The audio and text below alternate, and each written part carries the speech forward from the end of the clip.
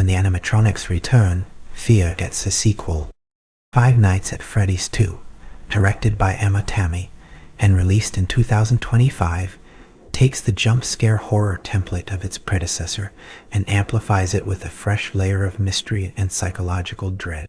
Tammy, known for her tight, atmospheric approach to horror, brings a distinct visual and narrative rigor that elevates this follow-up beyond simple franchise extension. This film isn't just about revisiting a haunted pizzeria. It's about digging into the buried secrets that have shaped the lore and horror of Freddy Fazbear's Pizza. Today, we're breaking down why this particular sequel matters in the crowded horror thriller landscape of 2025, how Tamma's direction reshapes the animatronic nightmare, and where the film's strengths and weaknesses lie.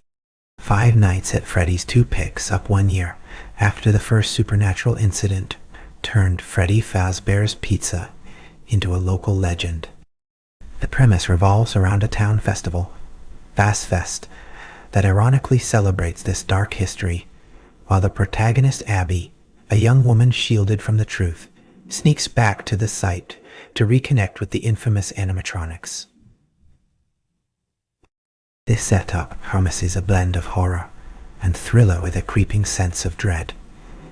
Genre-wise, it fits squarely into the modern horror revival that balances jump scares with psychological tension. Released theatrically with a 104-minute runtime, it positions itself as a sequel that respects its origins but leans into a more intricate narrative.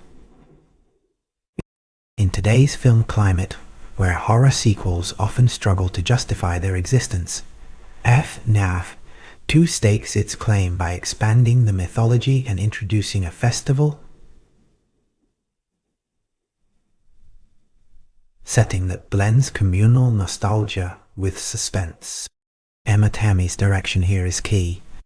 She's demonstrated in her previous work a knack for claustrophobic framing and slow-building dread, and that sensibility is well suited to the confined eerie space of Freddy's Pizzeria. Visually, the film uses a muted palette punctuated by the garish, unsettling colors of the animatronics themselves. This creates a visual tension between the cheerful facade of a children's venue and the underlying menace.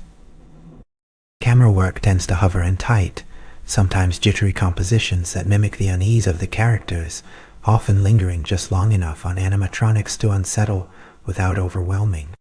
The editing rhythm balances slow, suspenseful builds with sudden, sharp cuts that deliver the trademark jump scares without fatigue. Tammy's control over pacing ensures that tension ebbs and flows naturally, making the horror feel earned rather than mechanical. The film's visual style also leans into the uncanny valley of the animatronics, using subtle CGI enhancements alongside practical effects to keep them grounded and disturbingly real. The flickering lights and shadow play amplify the sense of lurking danger, while the festival sequences bring bursts of chaotic energy that contrast with the pizzeria's claustrophobia. This interplay between open, lively settings and confined, haunted spaces creates a dynamic visual texture that supports the thriller elements. Tammy's use of sound design, creaking metal, distant children's laughter, and sudden mechanical whirs complements the visuals, crafting an immersive atmosphere where fear feels both immediate and inescapable. The cast anchors this eerie world with a mix of youthful curiosity and seasoned gravitas. Josh Hutcherson, known for his ability to convey vulnerability and determination, likely brings a grounded presence to the lead or a key supporting role. Elizabeth Lail's experience with suspenseful storytelling suggests she adds emotional depth, balancing fear with resilience.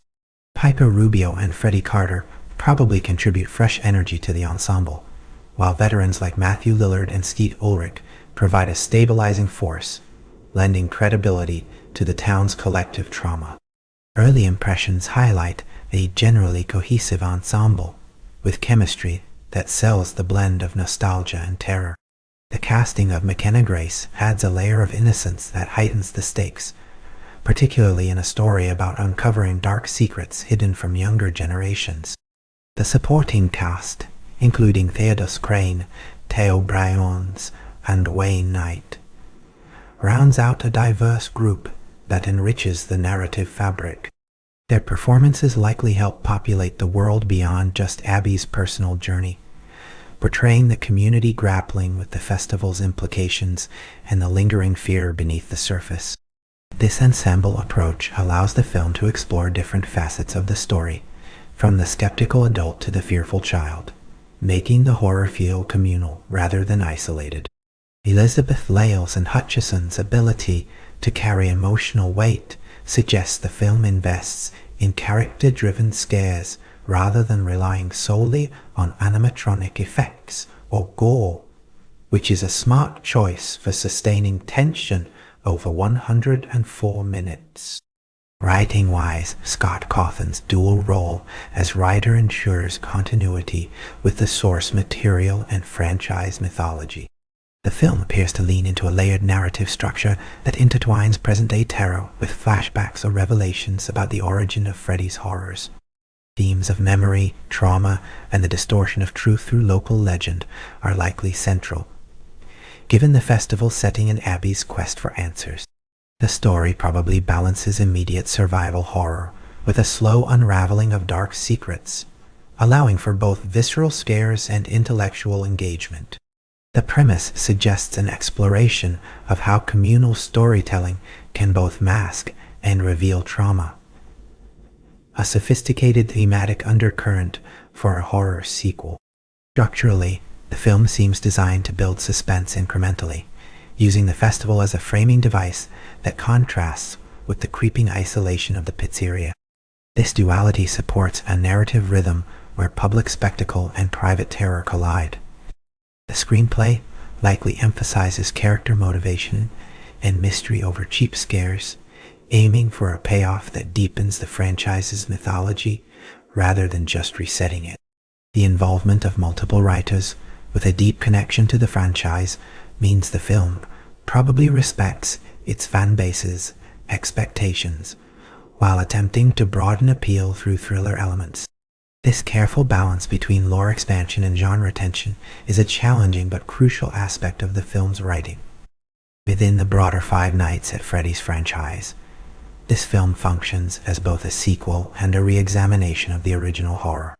It situates itself in a meta-narrative where the first incident has become folklore, inviting audiences to question what's real and what's mythologized. This approach parallels other horror franchises that use sequels to deepen mythology, like Halloween or A Nightmare on Elm Street.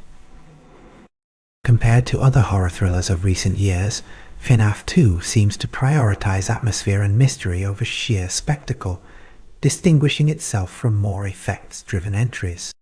For fans of the original game-based lore, it offers a cinematic expansion, while for newcomers it provides a tense, self-contained experience that doesn't rely heavily on prior knowledge. Thematically and stylistically, it shares DNA with films that blend nostalgia with horror, such as Stranger Things, or the first It, where childhood innocence is corrupted by unseen evils. However, it diverges by anchoring its horror in mechanical, uncanny antagonists that evoke a unique brand of fear. Audience expectations likely center on a mix of jump scares, psychological tension, and unfolding mystery, rather than straight gore or overt violence. The festival setting introduces a rare communal dynamic for the franchise, raising stakes beyond the isolated protagonist and adding layers to the suspense.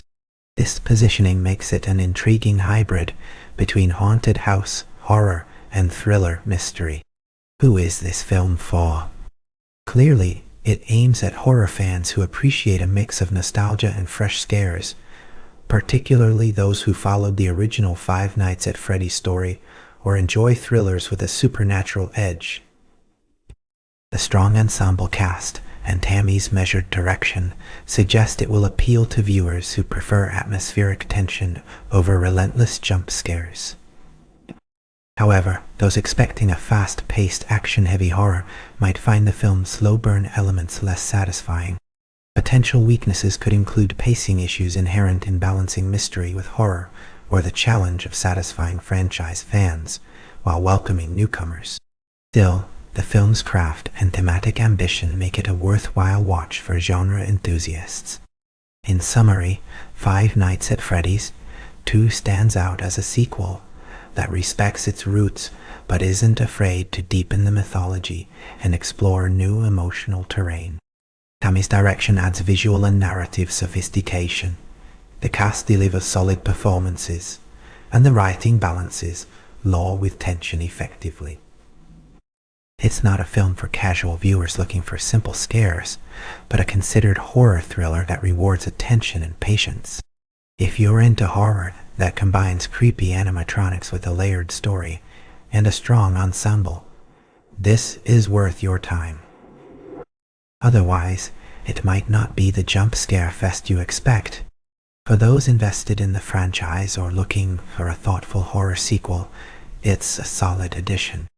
When the animatronics return, they bring more than just fright. They bring secrets long buried in the shadows of Freddy's. Five Nights at Freddy's 2 reminds us that sometimes the scariest stories are the ones we tell ourselves. Thanks for watching Cut to Reel. If you want more sharp takes on horror and thriller films, you know where to find us. See you in the next one. Thanks for watching Cut to Reel. I'll see you next time for another look beneath the surface of cinema's best.